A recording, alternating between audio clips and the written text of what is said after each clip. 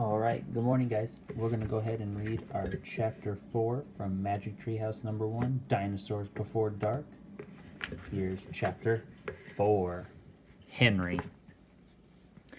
Jack gasped as Annie held out her hand.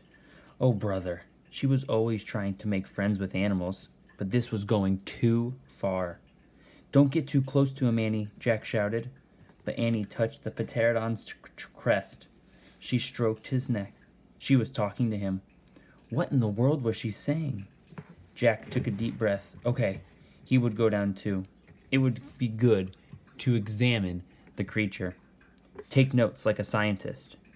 Jack started down the rope ladder. When he got to the ground, Jack was only a few feet away from the creature. The creature stared right at Jack. His eyes were bright and alert.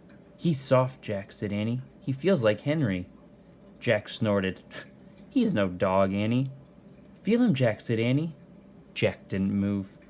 Don't think, Jack, just do it. Jack stepped forward. He put out his arm. Very cautiously, he brushed his hand down the creature's neck. Interesting. A thin layer of fuzz covered the pterodon's skin. Soft, huh? Said Annie.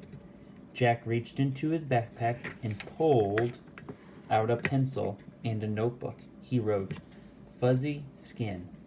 What are you doing? Asked Annie. Taking notes, said Jack. We're probably the first people in the world to ever see a real-life pterodon. Jack looked at the pterodon, and a creature had a bony crest on top of his head. The crest was no longer than Jack's arm. I wonder how smart he is, Jack said.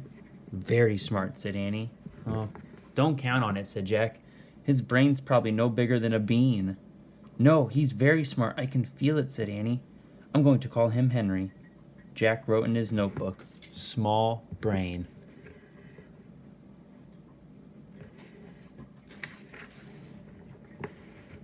Jack looked at the creature again. Maybe he's a mutant, he said. The creature tilted his head. Annie laughed.